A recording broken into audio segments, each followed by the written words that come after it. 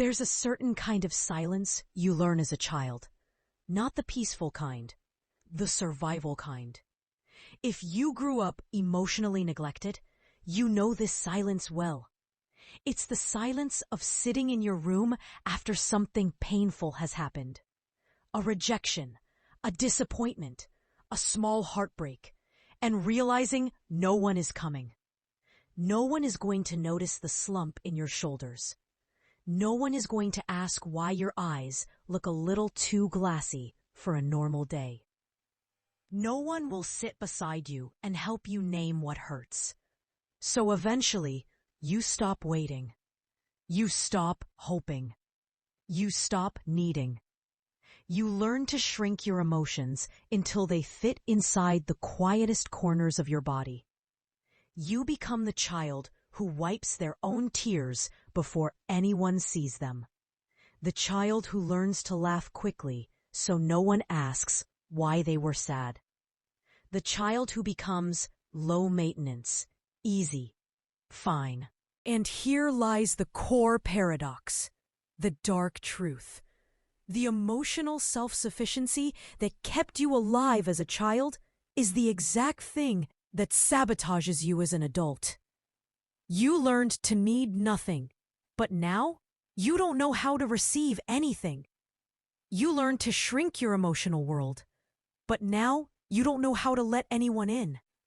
You learned to keep the peace, but now you feel like a stranger inside your own relationships. Because when you grow up emotionally neglected, you don't simply learn that no one is coming. You learn something far more dangerous.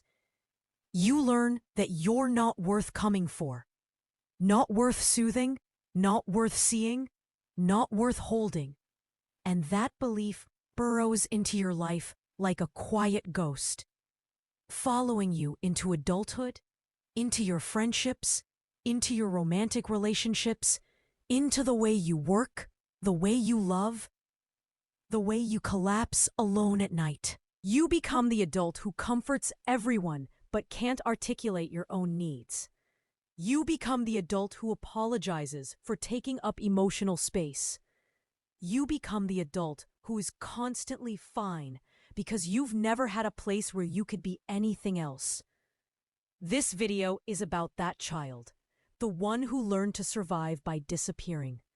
And it's about the adult that child became, the one who still hasn't learned how to reappear. Let's name the experience properly, because neglected children rarely get the language they deserve.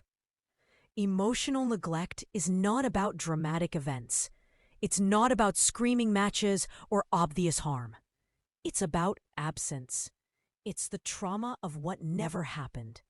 The hug that never came, the soothing that never existed, the emotional presence that was never offered. To understand how deeply this shapes a child, we need to explore 3 major psychological concepts. Attunement failure. Attunement is the process by which a caregiver mirrors a child's emotional state, noticing their fear, their curiosity, their sadness, and responding with warmth. When this doesn't happen, the child learns a brutal lesson. My emotions do not matter in this home. Therefore, my emotions should not matter at all. This failure rewires the brain. Neural pathways responsible for emotional regulation become underdeveloped, and the child is pushed into premature independence. They learn to regulate themselves in ways that are more like suppression than self-soothing. 2. Hyper-independence, trauma-induced self-sufficiency. While most children learn that adults are a source of comfort, the emotionally neglected child learns the opposite. Depending on someone creates disappointment. So they create a psychological armor. They become hyper-independent, not because they're strong, but because they were forced to be. This isn't confidence. It's emotional starvation disguised as competence. Avoidant attachment. In attachment theory, avoidant attachment isn't about disliking relationships. It's about fearing the vulnerability required to be authentic in them. An emotionally neglected child internalizes, "My feelings burden people. My needs push others away." Emotional closeness is unsafe, so the adult pulls back first, before they can be pulled away from.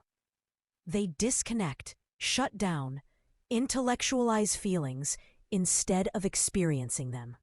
Their nervous system equates emotional closeness with emotional danger. What's important to understand is this: emotional neglect doesn't create emptiness, it creates numbness.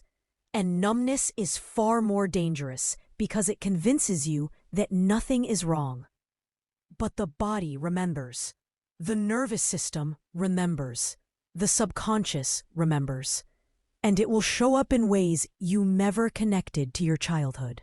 Let's talk about the cost. The emotional bill that arrives decades after the childhood that caused it. The truth is, emotional neglect creates a kind of invisible grief. A mourning for a childhood you never got to have. A mourning for a version of yourself that you never got to become.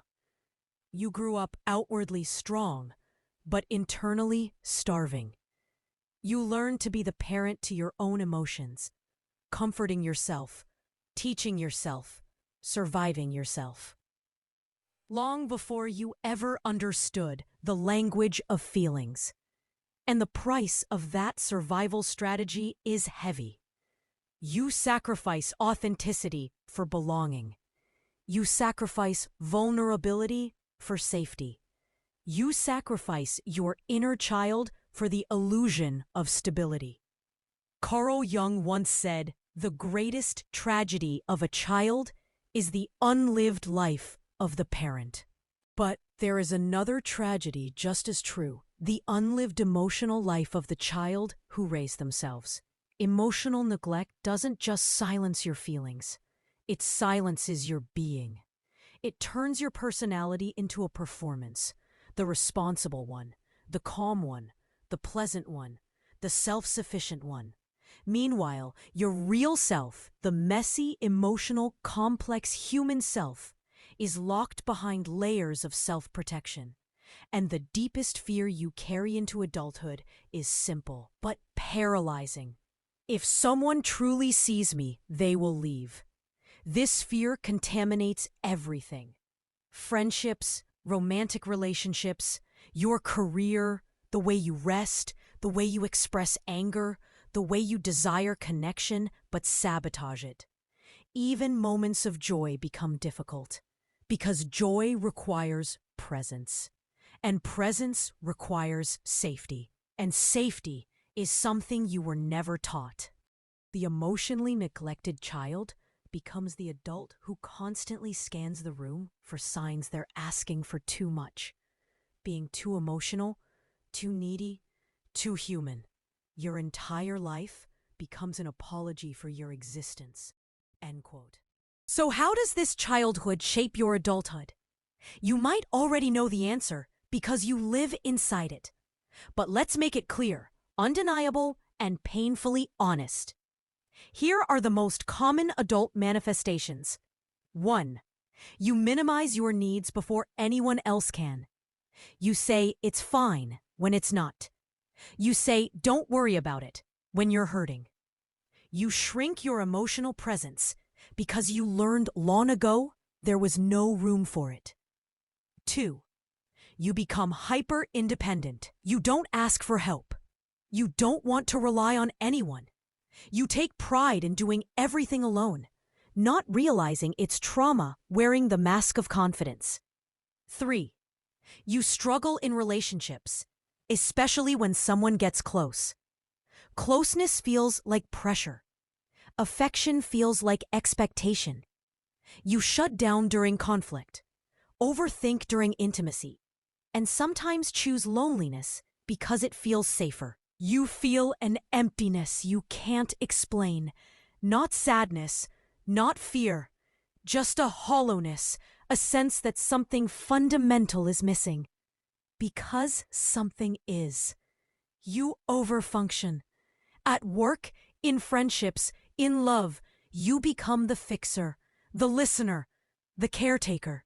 You give excessively because receiving feels dangerous. You struggle to identify your emotions. This is called alexithymia, difficulty understanding or naming what you feel. It's common in emotionally neglected children because no one helped them create an emotional vocabulary. And here's the truth. These are coping strategies, not personality traits. This is survival, not identity. This is adaptation, not destiny. The most essential step in healing is witnessing yourself, breaking the lifelong habit of gaslighting your own pain, recognizing the pattern instead of blaming yourself for it. Because once you can name the wound, you can stop bleeding from it unconsciously. Healing emotional neglect doesn't mean fixing yourself. You were never broken. You were undernourished. The real work is reparenting, offering yourself what you were never given. It starts slowly, creating emotional language, allowing yourself to feel without judgment, practicing asking for small things, letting people show up for you, choosing softness over self-protection, acknowledging your inner child's unmet needs. Then comes the deeper work, inner child reparenting. You learn to sit with the child inside you, the one who waited for someone who never came, and you become the adult who finally shows up. Shadow work. You explore the parts of yourself that you exiled, your sadness, your anger, your desire for care, and you bring them home. Learning safe connection. You practice vulnerability in small doses. You test relationships for safety. You let trust expand slowly, intentionally, consciously. And through this process, something unexpected happens. You realize that you never lacked worth, only witnesses. You realize that you were deserving of comfort, softness, and attunement all along. You realize that strength was not the absence of need, but the courage to reclaim it. There's a line from the poet Rilke that captures this perfectly. Perhaps everything terrible is in its deepest being something helpless at once helped from us. Your emotional neglect was terrible. But the child inside you is helpless, waiting, still wanting the help they never received. And healing is the moment you stop abandoning that child. Healing is the moment you become the person who finally comes when they call. So here is your affirmation, the truth I want you to leave with. You are not hard to love. You are hard to read because you learn to hide everything that ever mattered. Your healing begins the moment you choose to stop disappearing. If this message found you, if this story feels anything like your own, then you're not alone anymore. And if this helped you, stay a while. Share it. Let it reach someone who needed the words you never had. Because healing doesn't ask you to become someone new. It asks you to finally become whole.